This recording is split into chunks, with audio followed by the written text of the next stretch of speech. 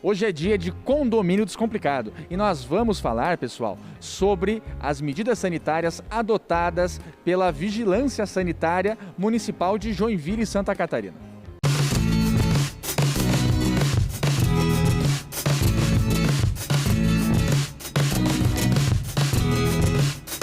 Este quadro é um oferecimento da Duplique Santa Catarina. Problemas com inadimplência condominial? A Duplique garante a receita do seu condomínio. As finanças ficam em dia e seu patrimônio valorizado. Contate a Duplique e garanta a felicidade do síndico e moradores. Patrocínio Consis Sistemas de Segurança. Apoio Jornal dos Condomínios. E para falar desse assunto, eu estou aqui com a Edilane, que é gerente da Vigilância Sanitária de Joinville e Santa Catarina.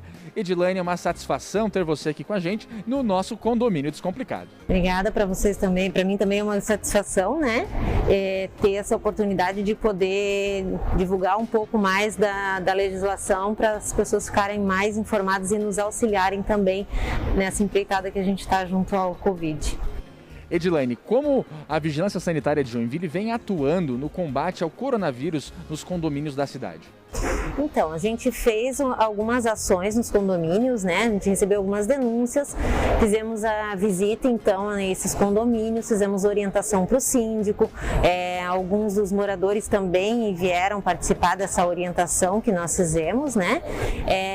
E também alguns esclarecimentos via telefone, que a gente teve bastante dúvidas também dos condôminos.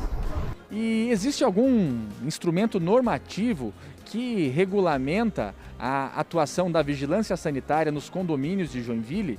Como esse instrumento foi criado, Edilane? Conta para nós. Então, nós criamos em conjunto com a Associação dos Síndicos do Estado de Santa Catarina uma nota técnica onde nós orientamos em conjunto, né, e junto todas as legislações do Estado e do município, adaptamos tudo que se enquadrava e que tratava dos condomínios e fizemos um detalhamento disso para ficar mais fácil para os síndicos se orientarem e nortearem também os seus condôminos.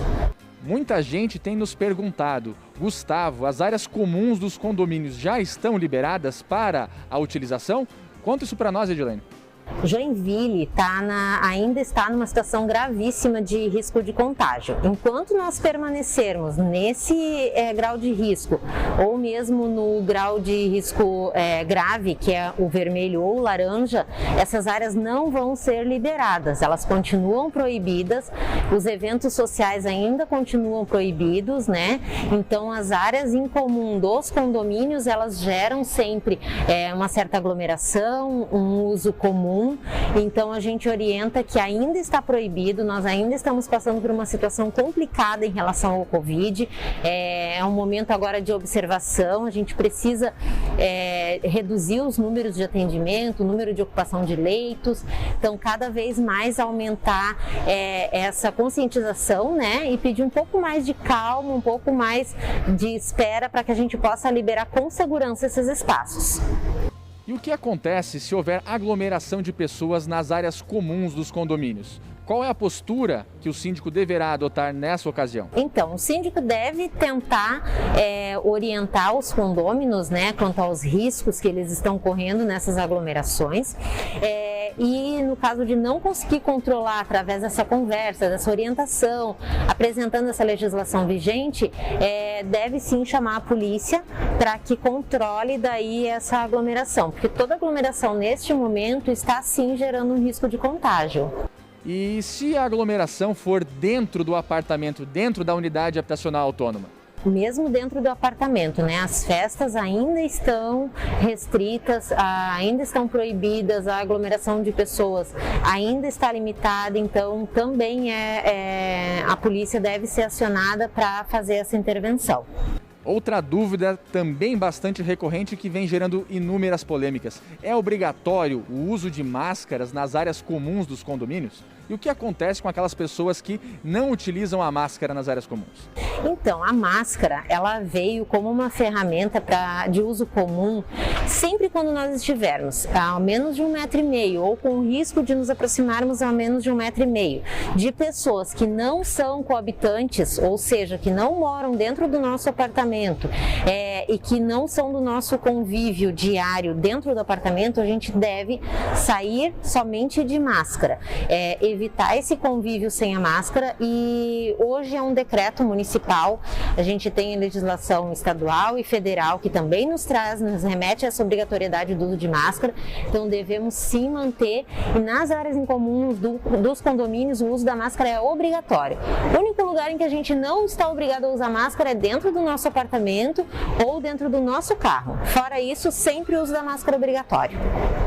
Quanto às assembleias de condomínio, outro tema extremamente polêmico, elas já podem ser realizadas na modalidade presencial quando nós temos um horizonte para realizá-las presencialmente? Novamente, enquanto estivermos no nível de contágio gravíssimo ou grave, as assembleias não estão autorizadas, né? Até a nível disso, o governo federal fez uma lei a nível federal que autoriza, regulamenta as audiências que possam ser feitas online, né? Elas são validadas, então é somente nessa modalidade que está autorizado. As assembleias presenciais, somente quando a gente sair desses níveis de contágio.